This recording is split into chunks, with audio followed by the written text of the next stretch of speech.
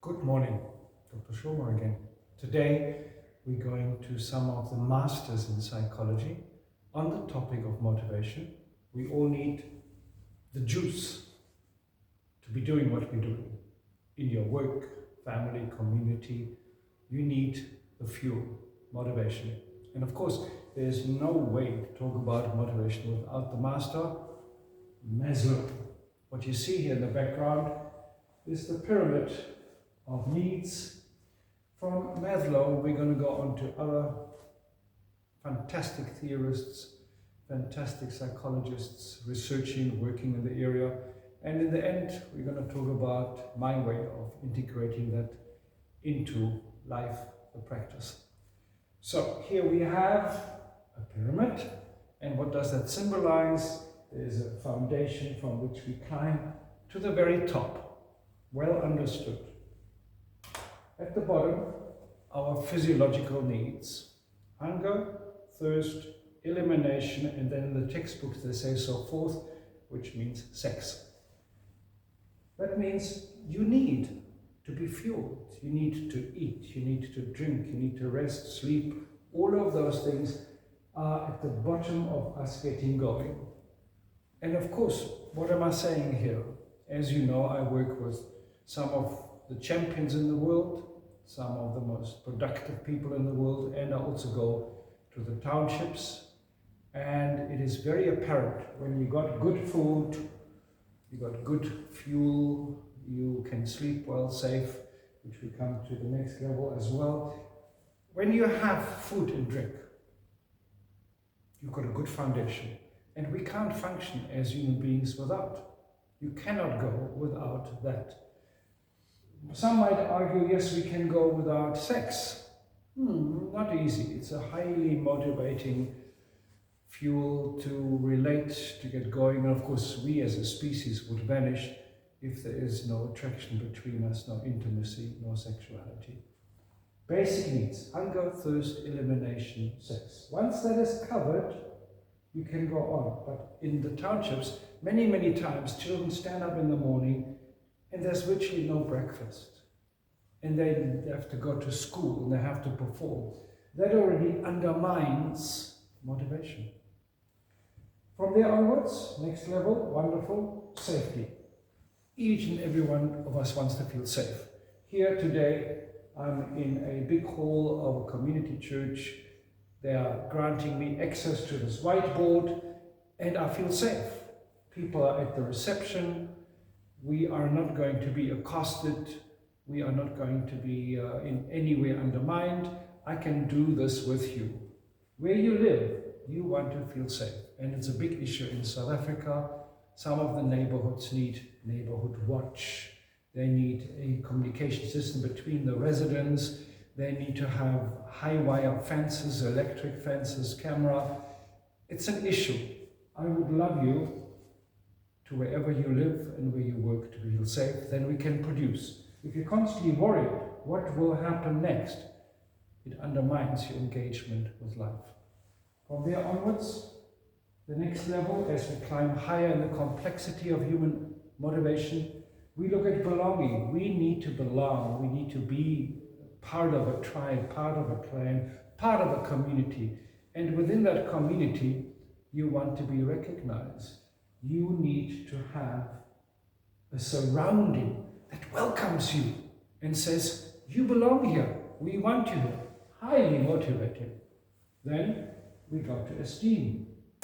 We need to be approved. Myself, you have a value. That's what this says. With value, we feel, yes, I want to contribute. I'm recognized, I'm acknowledged, and I'm part and parcel of where I am. I feel my physiological needs are met. I feel safe where I am. I belong here, and what I do brings me the idea that I've got something to offer. Basics. Then we go to the higher order ones, which are really in flux most of the time and difficult to achieve, yet we love it. Cognitive. I've been an academic for decades at the University of Cape Town, teaching students, researching, lecturing, phenomenal. I love debate, I love discussion, and my students and the lecturing was the most important part of my academic life. The sharing and discussion. I remember my third year class in health psychology. Unbelievable crisp discussions. You need open-mindedness for that. You need welcome for that. You must not, if you can, what a sentence. You should not feel threatened by other ideas and other perspectives. I have that big need to debate and discuss, and so do you. We need to know. Once we know and understand, we have higher motivation. Then we go to aesthetic needs. No doubt, we like some order. We like beauty. And with that, we construe environments in which we feel welcome.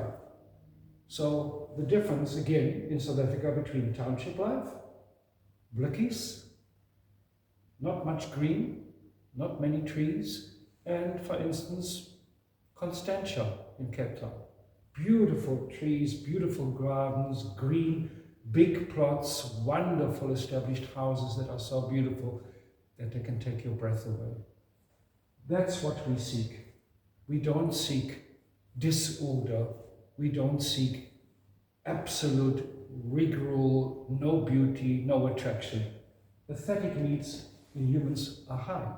And there's nothing wrong with you wanting to dress in a certain way that makes you feel good about yourself, that makes you feel this is how I want to present myself. And you want your hair in a certain way. And you can see my hair by now in my life. Incredible life has shaped my face, my hair. It's white. It's not even gray. And some people find that beautiful and attractive. Some people like blonde. Some people like black hair. It depends on your perspective. Aesthetic needs drive us forward when they are met. And then we go to the top. Maslow called it self-actualization. It means you, I, the people around you that you love, reach their full potential. You're going to do what you feel, think, perceive is what you were meant to do. It has meaning what you do. It has sense. It drives you to carry on with it. In my way of working with Maslow, definite, fantastic way, climbing. Self-actualization for me means life mastery. Life mastery means I recognize who I am, my strengths, my weaknesses. I understand my roles. I understand what I can give to the community, to the world, what I can give to my partner, my children, my friends.